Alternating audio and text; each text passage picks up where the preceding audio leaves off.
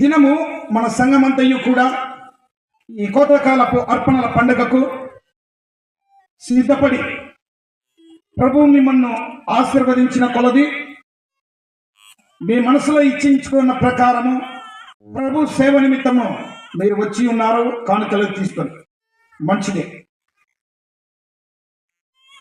చాలా మందికి అనుమానం ఏంటంటే దశమ భాగము సంఘములో మేము ఉన్న చోట ఇవ్వవలన, టీవీలలో కొత్త కొత్త ప్రసంగాలు వింటున్నాం కదా వాళ్ళకి ఇవ్వాలన, లేకుంటే ఇంకొక మాకు నచ్చిన చోట ఇవ్వవలన అనేటువంటి సందేహము చాలా మందిలో ఉంది. మందిరములో దశమ భాగము తెచ్చి ఇవ్వడము సహజంగా మనం ఆలోచిస్తాం. ఒక ప్రశ్న వేస్తున్నాం, తెచ్చిన దశమ భాగాన్ని దేవుడు తింటున్నాడా? మన సంఘంలో నిర్వహించుతున్నటువంటి ఈ యొక్క కోతకాలపు అర్పణల పండుగలో పరిశుద్ధ లేఖన భాగంలో వ్రాయబడిన రీతిగా వ్రాయబడిన మాటలను మనం ఒకసారి జ్ఞాపకం చేసుకున్నాం. ఎలా ఇవ్వాలి దేవునికి దశమ భాగం, ఏ రీతిగా ఇవ్వాలో చూద్దాం. 2వ కొరింథీ పత్రిక 9వ అధ్యాయము 7వ వచనం దయవుంచి అందరూ చదవద్దండి, ఒక్కరు స్పష్టంగా చదివిన లోకరైనా చాలు. సనుగు గొనకయు బలవంతముగా కాకయు తన హృదయములో నిశ్చయించుకొనిచిన ప్రకారము చాలండి. ఏమంటున్నాడు? మీరు దేవునికి ఏదైనా ఇచ్చే సమయములో సనుగుకోవద్దు, గొనుగుకోవద్దు. ఏమి ఇవ్వాలని మీరు మీ మనసులో తలంస్తారో అది మాత్రమే ఇవ్వండి. ఒకవేళ మీరు ఇవ్వకపోయినా పర్వాలేదు. కారణం ఏంటంటే దేవుడు ఇచ్చువానిని ఆశీర్వదిస్తాడు. సనుక్కుంటే గొనుగుకుంటూ అది ఇచ్చినా కూడా దేవుని ఆశీర్వాదాలు అనేది ఉండవు. దేవునికి ఇచ్చే కాడ నీ హృదయం ప్రశస్తంగా ఉండాలి. నీ హృదయంలో ఒక ఆలోచన కలిగి ఉండాలి. సంవత్సరం అంతయు దేవుడు నన్ను కాచి కాపాడి సంరక్షించి తన కృపలో బలపరిచాడు గనుక మరి ఆయన చిత్తమును నెరవేర్చడంలో అనేకులకు సువార్త ప్రకటించవలసినటువంటి ఆ బాధ్యతాయుక్తత నా మీద ఉన్నది కనుక నేను ఇచ్చే ఈ కానుక ఎవరు తింటారండి? దేవుడు తింటాడా? బైబిల్లో ఉందా లేదా? నా మందిరంలో ఆహారం ఉండినట్లు నా మందిరంలోనికి ఆహారము తీసుకొని రండి ఉంటుంది. చదివిస్తా, మలాకి 3వ అధ్యాయంలో ఉంటుంది. ఇప్పుడు వద్దండి, తీసుకొని రండి అంటాడు. ఎందుకు దేవుడు తీసుకొని రమ్మంటున్నాడు మందిరంలోనికి ఆహారము? కారణం ఏంటి? ప్రభు తీసుకొని రమ్మంటే ఒక కారణం ఉండాలి. ఒక పని దేవుడు చెప్పాడంటే ఆ పనికి ఒక కారణం ఉంటుంది. మరి ఎందుకు మందిరంలోనికి తీసుకొని రమ్మని తర్వాత చూద్దాం. మొదట ఇచ్చే నీవు నీ మనసు ప్రశస్తంగా పరిశుద్ధంగా దేవునికి ఇవ్వాలని ఉన్నాడు. మీరు బాగా చూస్తే ఆది కాండానికి మీరు వచ్చారంటే ఆది కాండం 22వ అధ్యాయము మరి ఆ యొక్క 5వ వచనం కానీ మిగతా వచనాలు కానీ చెప్పినప్పుడు చదవండి. అక్కడ మీరు చదివితే అబ్రహామును దేవుడు ఆశీర్వదించాడు. అబ్రహాము నేర్చుకున్నది ఒకటే, అబ్రహామా నీ తల్లిదండ్రులను వదిలిపెట్టు, నీ బంధువులను వదిలిపెట్టు, నేను చెప్పే స్థలానికి నువ్వు వెళ్ళు, ముందు లేవయ్యా అన్నాడు. లేచాడా? వెళ్ళాడా? లేదండి, వెళ్ళాడు. నేను నీ సంతానాన్ని ఆకాశ నక్షత్రాల వలె భూమి మీద ఇసుకరేణువుల వలె చేస్తానన్నాడు. నమ్మాడు. తరువాత 100 సంవత్సరాల వరకు ఆయనకు సంతానము లేదు. దేవుడు పిలిచినప్పుడు ఆయన వయస్సు 75 సంవత్సరాలు. దరిదాపు 25 సంవత్సరాలు ఆయనకు సంతానం లేదు. దేవుని మాటను నమ్మాడు, వెళ్ళాడు. 100 సంవత్సరాల వయసులో దేవుడు సంతానం ఇచ్చాడు. అబ్రహామా, నీకు ఒక్కగానొక్కకున్న కుమారుని నాకు బలి అర్పణగా ఇమ్మన్నాడు. దహన బలి అర్పణగా. దహనం అంటే కాల్చడము, బలి అంటే చంపడము. ఆ చంపి కట్టెల మీద పెట్టి కాల్చివేయమన్నాడు కుమారుడు. అబ్రహాం అనుకున్నాడు కదా, కొనుక్కున్నాడా? సన్నగా లేదు, కొనగలేదు. ఒకవేళ మనసులో కూడా ఈయనయం దేవుడు అబ్బా, నేనేం 100 సంవత్సరాలలో నాకు ఇచ్చి మళ్ళా నా కుమారుని సంపాలని ఒకవేళ మనసులో అబ్రహాము అనుకొని ఉంటే దేవునికి తెలుస్తుందా లేదా? తప్పకే తెలుస్తుంది. కానీ ఆ అబ్రహాము ఆ సణుగు లేదు, గొనుగు లేదు. కారణం, దేవుడు అడిగాడు, అబ్రహాము ఇస్తున్నాడు.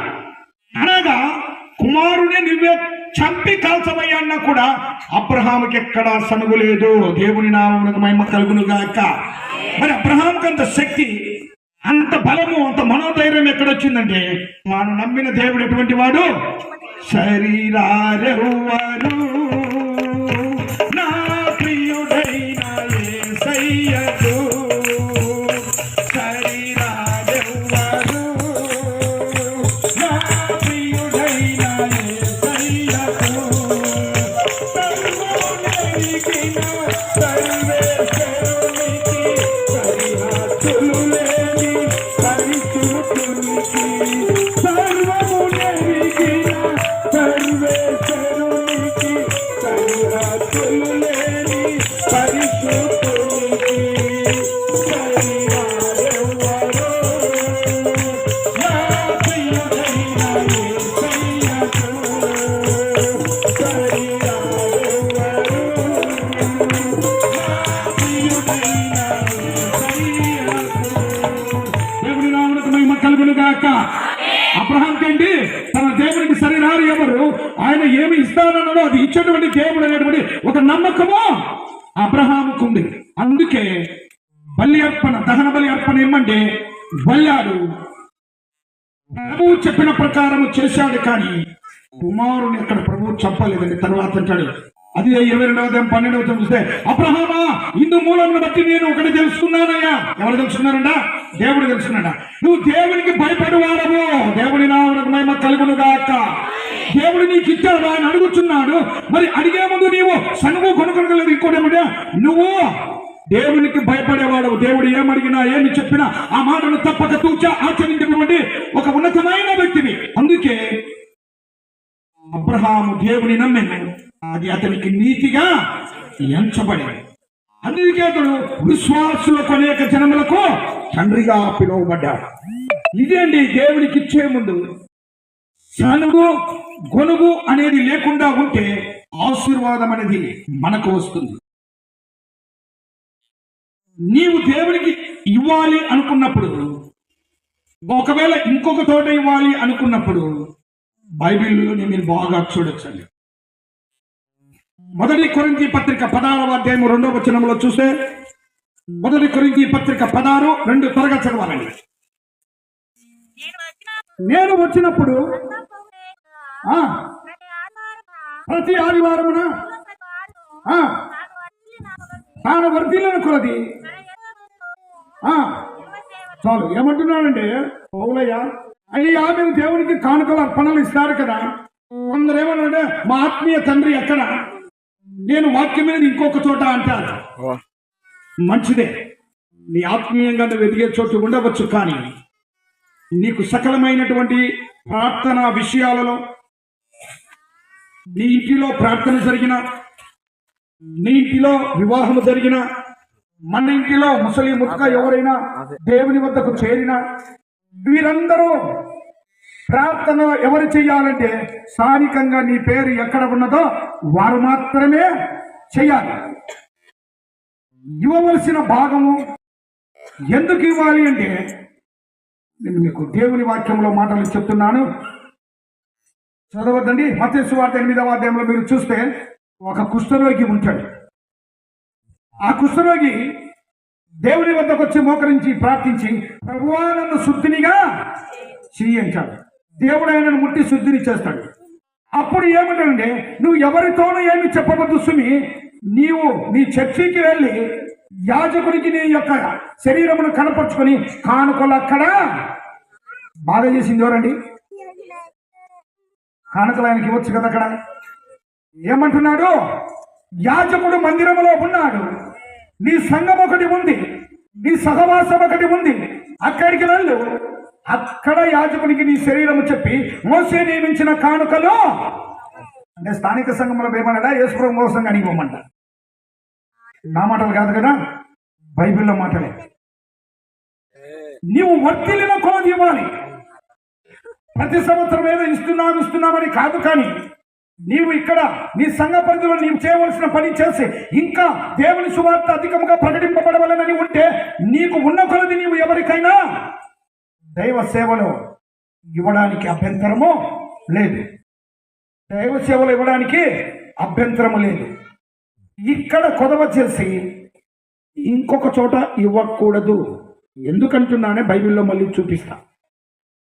నేను చెప్పే మాట బైబిల్లో మీకు రూఢిగా చూపిస్తా. ఇక్కడ కొదవ చేసి చిన్న ఎగ్జాంపుల్ చెప్తానండి. గృహ యజమానుడు ఉంటాడు, కష్టపడి పని చేసుకుంటాడు, డబ్బులు సంపాదిస్తాడు. అతను ఉన్నత స్థితిలో ఉన్న సమయంలో తన కుటుంబం అంతా సంతోషంగా ఉన్న సమయమున ఇతరులకు ఇస్తాడా? వాళ్ళ కుటుంబంలో ఎవరు తినకపోయినా, పస్తున్నా, పరిస్థితులు బాగలేకపోయినా ఇంకొకరికి ఇస్తాడా? అన్ని సమృద్ధిగా కుటుంబంలో ఉన్నప్పుడు స్నేహితునికి కానీ ఇంకొకరికి కానీ వ్యాపార పరంగా కానీ ఇస్తాడు. కానీ తన కుటుంబంలో అన్ని సమకూడకుండా ఇంకొకరికి తాను సంపాదించింది. నీ సంఘము కూడా అంతే. దేవుని నామమునకు మహిమ కలుగును గాక. ఇక్కడ నీ సంఘము సంతోషముగా ఉన్న సమయంలో నీవు ఇంకొక చోట నీ యొక్క వర్ధిల్లిన కొలది ప్రభువుకు నువ్వు ఇచ్చుటలో తప్పు లేదు. సువార్తలలో నువ్వు పాలి భాగస్తునిగా ఉండడము తప్పు లేదు. అయితే ఈ ఇచ్చే విషయంలో జాగ్రత్తగా అని దేవుడు చెప్తున్నాడు. మీరు భయపడవలనని కాదు, కానీ ఇంకొక సంఘటన బైబిల్లో మీకు చెప్తానండి. అపోస్తుల కార్యములు ఉంది, మీరెవరు తెరవద్దు, చెప్తున్నాను. 5వ అధ్యాయం ఉంది. అక్కడ ఇద్దరు భార్యాభర్తలు ఉన్నారండి. వాళ్ళిద్దరూ అననీయ సఫీరా. మంచి భార్యాభర్తల, మంచి భార్యాభర్తల. అబ్బో, మీరు ముందుగానే నాకన్నా మీరే ముందు చెప్తాను. మంచి భార్యాభర్తలు అంటే, మంచి భార్యాభర్తలు అంటే ఎటువంటి భార్యాభర్తలు అంటే వాళ్ళు దేవుని ఆశీర్వాదాలేమో కావాలి, దేవుడేమో వారి కుటుంబమును ఆశీర్వదించాలి, వారికి కలిగిన సంతానమును ఆశీర్వదించాలి, వారి పొలములను ఆశీర్వదించాలి, వారు చేసే పనులను ఆశీర్వదించాలి, సంఘములో మాత్రమేమో ఉండాలి. ఇవన్నీ ఇష్టమే వారికి, మంచిదే. ఆ కాలంలో నువ్వు ఏ పని చేసినా, ఏ రీతిగా నీవు మరి సంపాదించినా దేవునికి ఇవ్వవలసిన భాగాన్ని తప్పక ఇవ్వాలని పాత నిబంధన కాలంలో, ఆది అపోస్తుల కాలంలో ఉన్నటువంటి సత్యం. ఒకసారి ఇద్దరు కలిసి, భార్యాభర్తలు కలిసి పొలం అమ్ముతారు. జాగ్రత్తగా వినండి, నేను మిమ్మల్ని భయపెట్టే భాగం చెప్పలేదు, బైబిల్లో ఉన్నది మీకు నేను జ్ఞాపకం చేస్తున్నా. ఇద్దరు కలిసి పొలం అమ్ముతారు. పొలం అమ్మి ఇద్దరు మాట్లాడుకుంటాడు. సఫీరా, మొదట నేను పేతురు దగ్గరికి పోతున్నా. పేతురు నన్ను అడుగుతాడు, ఎంత కమ్మామని అడుగుతాడు. నేను 1,00,000 రూపాయలకి అమ్మినని చెప్తాను.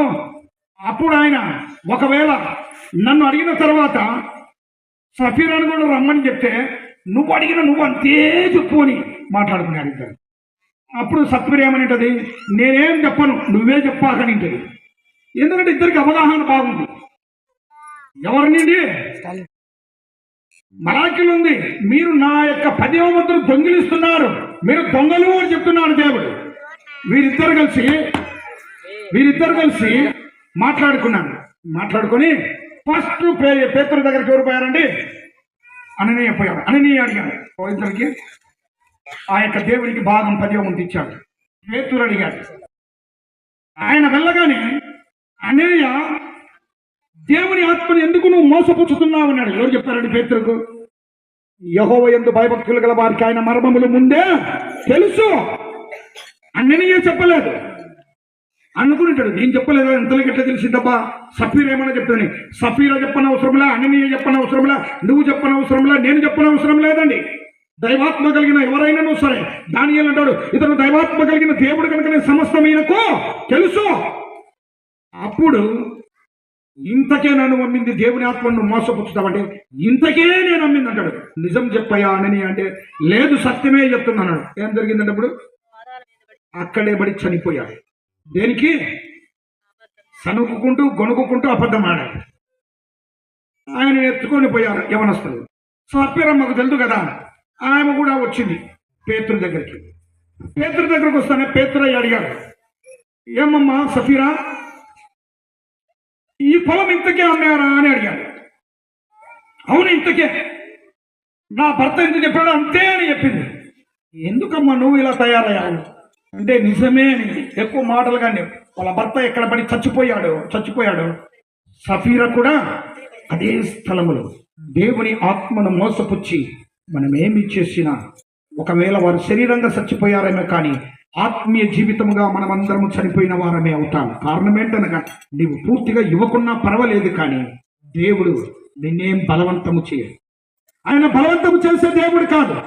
ఆయన మీరిచ్చే కానుకల కన్నా మీరిచ్చే ధనధాన్యాల కన్నా ఆయనకు కావాల్సింది మొదటి ప్రయాప్తి దేనికంటే సామెతలు 23:26 ప్రకారము నా కుమారుడా నీ హృదయము కావాలనుకుంటున్నాడు. ఆ హృదయములో దేవుడుంటే దేవునికి నువ్వు ఏమి ఇవ్వాలనో అది నీకు తెలుస్తుంది. ఆ హృదయంలో దేవుడే లేనప్పుడు నానా రకాల ఆలోచనలు చింతలు అనేవి మనలో వస్తాయి.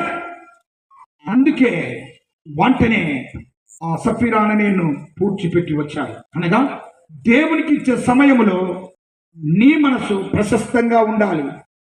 సనుగుకొని దేవునికి ఇవ్వద్దు, గొనుగుకొని దేవునికి ఇవ్వద్దు. ఇచ్చే సమయంలో సంపూర్ణముగా నీవు ఇవ్వగలిగినట్టు వర్ధిల్లిన కొలది నీవు ఇవ్వగలిగినప్పుడు దేవుని ఆశీర్వాదం అనేది నీకు ఉంటుంది. నువ్వు ఎంత సంపాదించావో ఏమి చేసావు అనేది ఇరుగు పొరుగు వారికి తెలియవలసిన అవసరం లేదు. కానీ ఎవరికి తెలియకపోయినా నిన్ను ప్రేమించి నిన్ను పుట్టించిన దేవునికి మాత్రం అది తెలుసు. కాబట్టి దేవుని ఆత్మను మనం ఎవరము మోసపుచ్చలేము. ఇది ఎలా ఇవ్వాలి అంటే మంచి మనసుతో దేవునికి ఇవ్వాలి. రెండవది బాగుగా గమనిస్తే ఎందుకు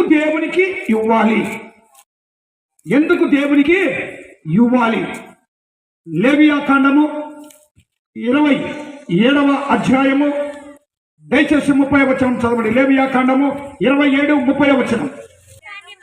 భూధాన్యములలోనేమి వృక్ష ఫలములలోనేమి భూఫలములన్నిటిలో దశమ భాగము ఎవరు సొమ్మంటండి? అది వృక్ష భాగములలో మీరు పండించే పంటలలో ప్రతిదీ కూడా దేవుని సొత్తు అంటది, దేవుని భాగం అంటది. ఒకవేళ ఇప్పుడు నువ్వు డబ్బు పెట్టి కొన్నవేమో కానీ ఆ కొనక ముందు ఈ భూమిని పుట్టించింది ఎవరు? దేవుడు. ఆయన మాట మాత్రము సెలవిస్తే చాలు భూమి పండు అంటే పండుతుంది, ఆకాశం వర్షమి అంటే వర్షము ఇస్తుంది. అందుకంటే హగ్గయిలో ఏమంటాడంటే వెండి నాది, బంగారము నాది, భూమి నాది, ఈ సమస్తము నాదే. ఇదేంది నాదే. అందుకంటే భూఫలాలు కానీ మమ్మల్ని ఒకసారి రిపీట్. భూధాన్యములలోనేమి వృక్ష ఫలములలోనేమి భూఫలములన్నిటిలో దశమ భాగము యెహోవా సొమ్ము, అది యెహోవాకు ప్రతిష్టమగును. దేవునికి నువ్వు ఇవ్వడం ద్వారా దాన్ని ప్రతిష్ఠిస్తున్నావంట. నీ భూభాగములలో నీ పంటలలో సమస్తమును దేవునికి ఇచ్చి అది ప్రతిష్ఠిస్తున్నావని చెప్పుతున్నాడు. ఎందుకు దేవునికి ఇవ్వాలి అంటే వెండి నాది, బంగారము నాది, సమస్తము నాదని సెలవిచ్చినటువంటి దేవుడు నీవు ఇవ్వవలసి వస్తే ఈ భూమి ఆయన ఇచ్చాడు, భూఫలం ఆయన పండిస్తుంటున్నాడు, ఆకాశము నుండి వర్షముని ఇస్తుంటున్నాడు, సమస్తం ఆయన ఇస్తుంటున్నాడు. కనుక జరిగేటువంటి సంఘటన ఏమనగా అందుకు దేవునికి నీవు ఇవ్వాలి, దేవునికి నీవు ఇవ్వాలి. రెండవది ఎవరెవరు దేవునికి దశమ భాగం ఇవ్వాలి? ఎవరెవరంటండి? ఎవరెవరు ఇవ్వాలి? నిర్గమాకాండము 30:14 కరెక్టేనా? Yes, that's right. ఎవరు కరెక్ట్ ఇప్పుడు చదువుతున్నారు? 20 సంవత్సరములు కానీ ఒక్కరు చదవండి తల్లి. ముందంతా చదివారు, చదివే వాళ్ళనన్నా సక్రమంగా చదివిపోయింది. చదువునైనా 20 సంవత్సరములు కానీ అంతకంటే ఎక్కువ వయసు గాని గలవారై లెక్కింపబడిన వారిలో ప్రతి వాడును ఏంటంట ఎవరెవరు ఇవ్వాలంట? 20 సంవత్సరాలు మొదలుకొని ఎక్కువ వయసు వారు. ఓటు లేకుంటే 18 సంవత్సరాలు మాకు ఓటు రాయలేదే, మా పిల్లోని పేరు రాలేదే, మేము ఓటు వేయలేదే. ఇక్కడేమన్నాడండి దేవుడు? 20 సంవత్సరాలు దాటిపోతే, 20 సంవత్సరాలు నీకు నిండితే అందరూ కలిసి ఆ 20 సంవత్సరాలు నిండి పైబడిన వారంతా దేవునికి అర్పణ తేవాలంట. దేవుని నామమునకు మహిమ కలుగును గాక. ఏమంటండి? దేవునికి అర్పణ 20 సంవత్సరాలు పైబడి ఎవరు ఉన్నాను అందరూ లెక్కింపబడతారంట. వాళ్ళు అర్పణ తేవాలంట. మన ఇంట్లో ఒక్క అర్పణ తెస్తామా? మీరు తేవాలని కాదండి, దేవుని వాక్యములో ఏమున్నది చూపిస్తుంటున్నా. మన ఇంట్లో ఒక్కరమే తెస్తామా? అర్పణ ఎంతమంది ఉంటే అంతమంది తెస్తామా? అంటే దేవునికి ఇష్టకరంగా చేస్తున్నామా, దేవునికి కష్టకరంగా చేస్తున్నామా?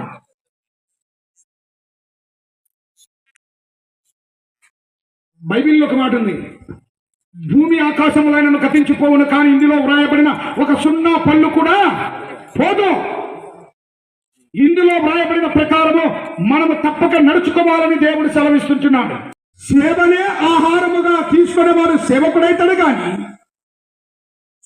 ఆహారాన్ని కావాలని దానికోసము బ్రతికే ఎవడు సేవకుడు కానే కాదు, కానేరడు. బైబిల్ చెప్తుంది, ఆహారము నిమిత్తము దేవుని పనిని పాడు చేయకండి. కడుపు కూటు కోసము దేవుని వాక్యాన్ని తప్పు పట్టియకండి.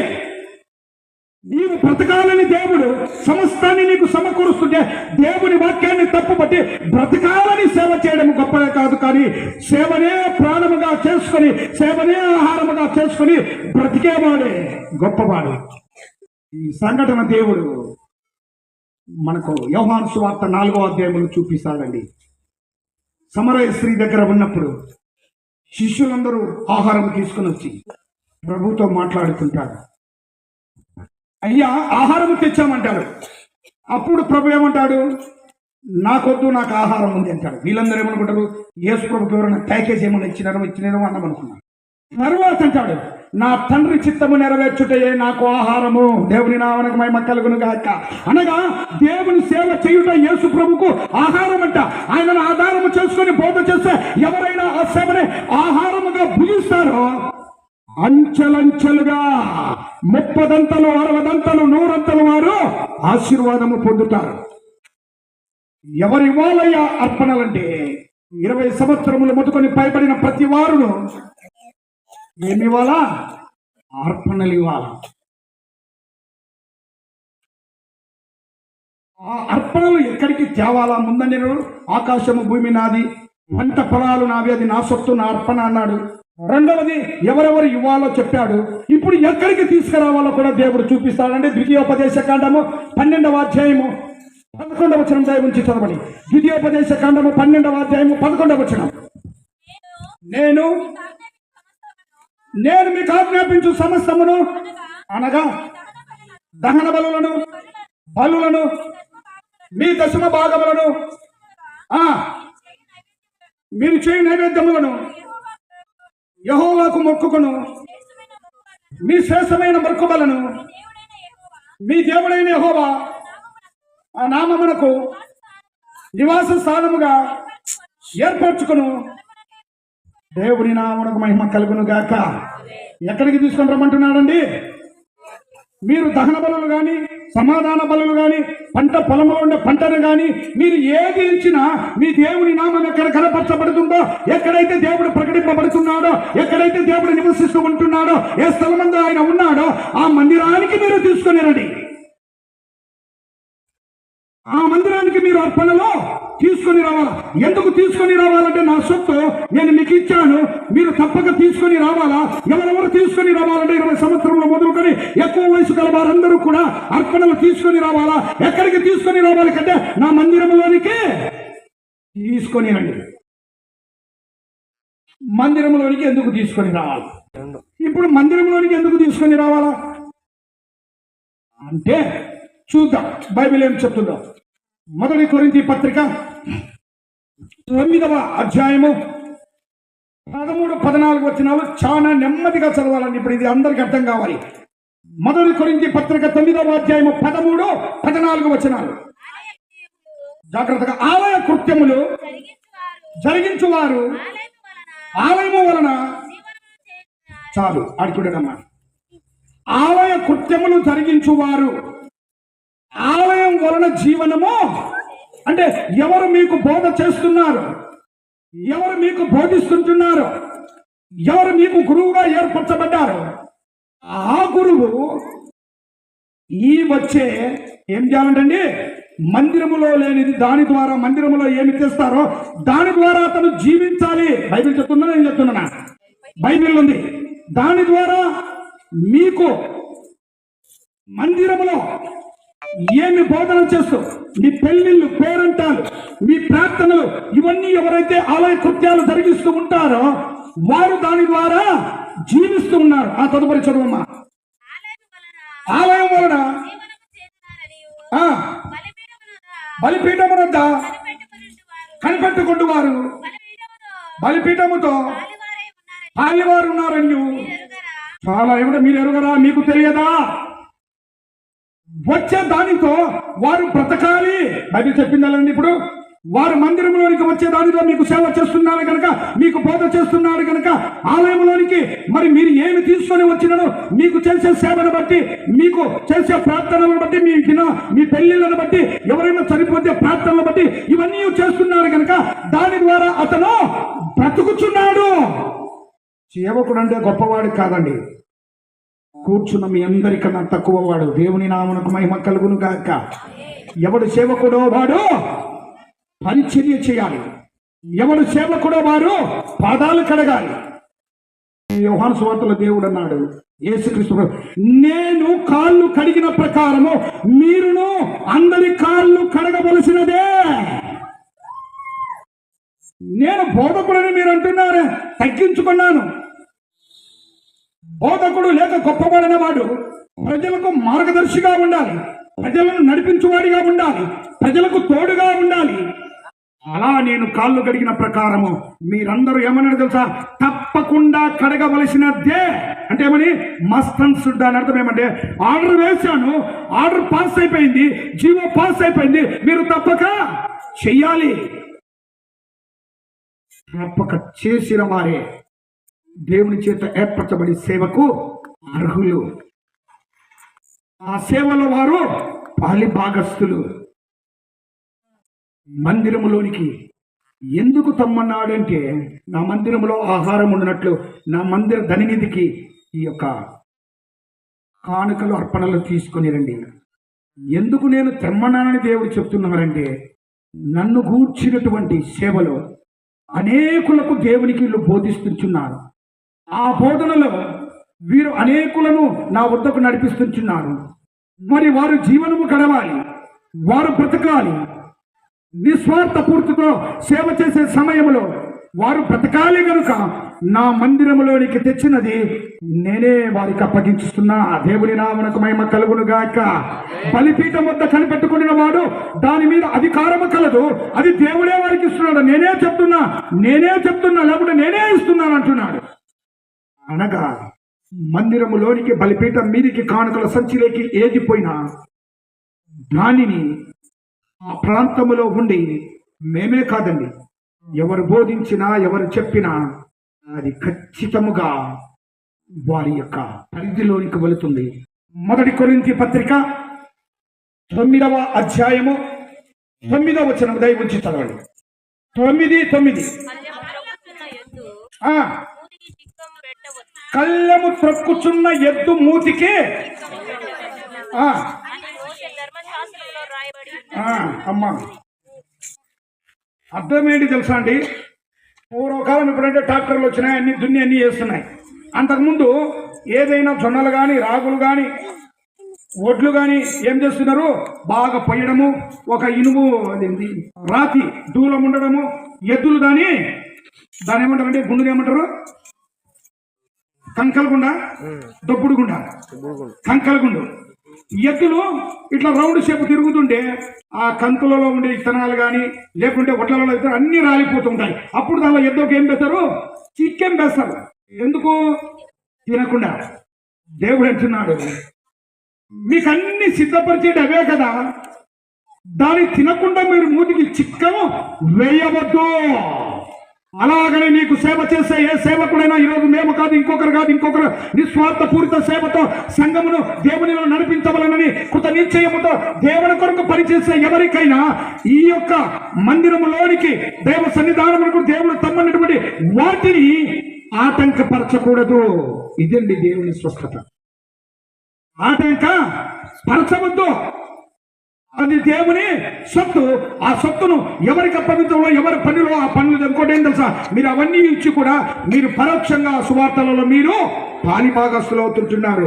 ఎలా పాలిభాగస్తులు అంటున్నానంటే, దేవుడిదే మలాకి గ్రంథము 3:10 చదివితే, నాకిచ్చి చూడుడి, మీరు ఇచ్చేది నాకు, సేవకుడికి కాదు, మీరు తెచ్చేది నా మందిరంలోనికి నేను తెమ్మన్నా కాబట్టి నా చేతికి మీరు అప్పగిస్తుంటున్నారు కనుక మీరు ఎప్పుడు నాకైతే ఇచ్చారో నేను ఆకాశపు వాకిళ్ళను విప్పి పట్టదాలనంతా విస్తారమైన, అంతే కదండి, అడుగు వాటి కంటేను ఊహించు వాటి కంటేను అత్యధికముగా ఈ శక్తి గల దేవుని నేను నమ్ముచుంటున్నాను. శక్తి గల దేవుని నేను నమ్ముచుంటున్నాను. అడుగు వాటి కంటేను ఊహించు వాటి కంటేను. మీరు అనుకోరు, మీకు తెలియదు దేవుడిచ్చేటువంటి ఆ యొక్క ఈవులు. ఆ దేవుడిచ్చే ఈవులు మీ మందిరంలోనికి ఏమైతే తీసుకొని వస్తారో అవన్నీ ఆశీర్వాదకరముగా మారి మీకు దీవెనలుగా మారుతాయి, మీకు ఆశీర్వాదకరముగా మారుతాయి. అందుకే దేవుని సన్నిధానమునకు మీరు ఏమి తెచ్చినా ఇంతవరకు దేవునికిచ్చి భూమి మీద నష్టపోయిన నరుడు ఎవరు లేరు. దేవుని నామమునకు మహిమ కలుగును గాక. అంటే మేము గొప్పవాళ్ళమని కాదు, కానీ వస్తారు, కానీ కఠినంగా బోధిస్తే మా కానుకలు వస్తాయి లేవని భయపడే వాళ్ళు వస్తారు. దేవుని నామమునకు మహిమ కలుగును గాక. అంతే.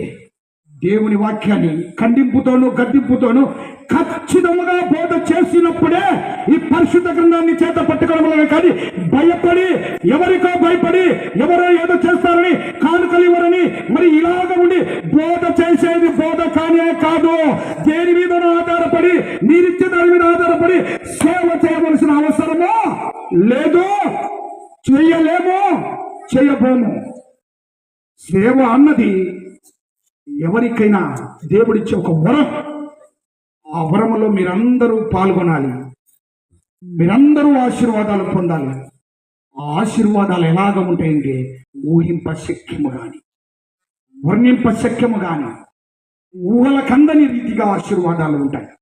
కాబట్టి ఈ రాత్రికాల సమయంలో దశమ భాగము దేవునికి ఎందుకు ఇవ్వాలి, ఎవరికి ఇవ్వాలి, ఎలా ఇవ్వాలి పూర్తిగా మీకు క్లారిటీగా వివరణ ఇచ్చాము.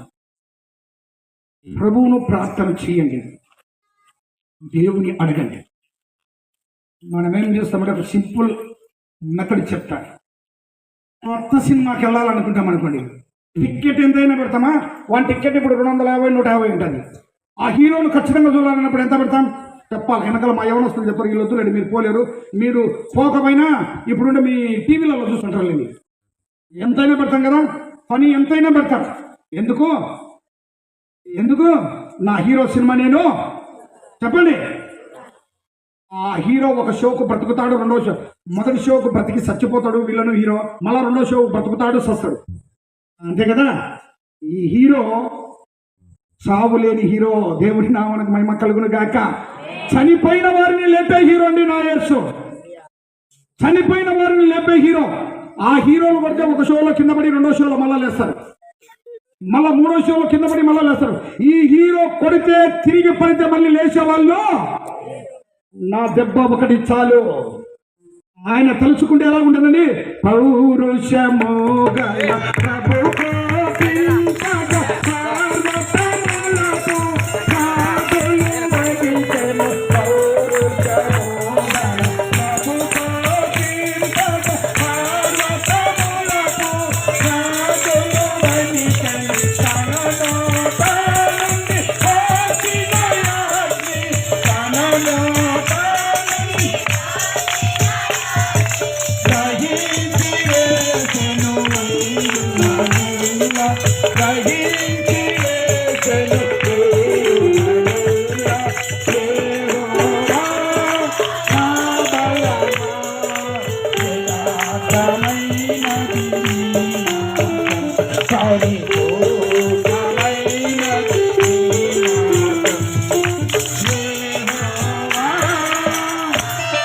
ఆయన తలుచుకుంటే చాలు, ఆయన తలుచుకుంటే చాలు. జలప్రలయం కావాలంటే వచ్చింది.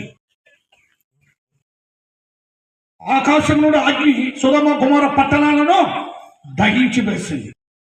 ఆయన కోపాగ్నికి గురి కాకముందే ప్రభును నమ్ముదాం, ఆశీర్వాదము పొందుదాం. ఇలాంటి కూడికలు లేక ఇలాంటి ఆరాధనలో అందరూ పాల్గొని దేవుని ఆశీర్వాదము పొందాలని, ఇది సంఘమునకు క్షేమకరము, మీకు ఆశీర్వాదకరము, అనేకులకు దీవెనకరముగా ఉండుటకు ఈ యొక్క కోతకాలపు అర్పణల పండుగను దేవుడు దీవించి ఆశీర్వదించును గాక. చిన్న ప్రార్థన. పరిశుద్ధుడా, మహోన్నతుడా, శ్రేష్టమైన నామము కలిగిన వాడా, మీ గొప్ప పాదములకు స్తోత్రము. ఇంతవరకు మా మధ్య ఉండి మీ కృపా దీవెనలు ఆశీర్వాదకరముగా ఉంచారు, అనేకులను నడిపించారు, మీ కృపలో బలపరిచారు. మా సంఘము చుట్టూ మీ దేవదూతలను కంచబలే కావలు ఉంచమని, ఈ రోజు ఇత్తబడిన వాక్యం అనేకులకు మేలుకరంగా ఆలోచింప చేయమని యేసు నామమును బట్టి వేడుకొంటున్నాము తండ్రి.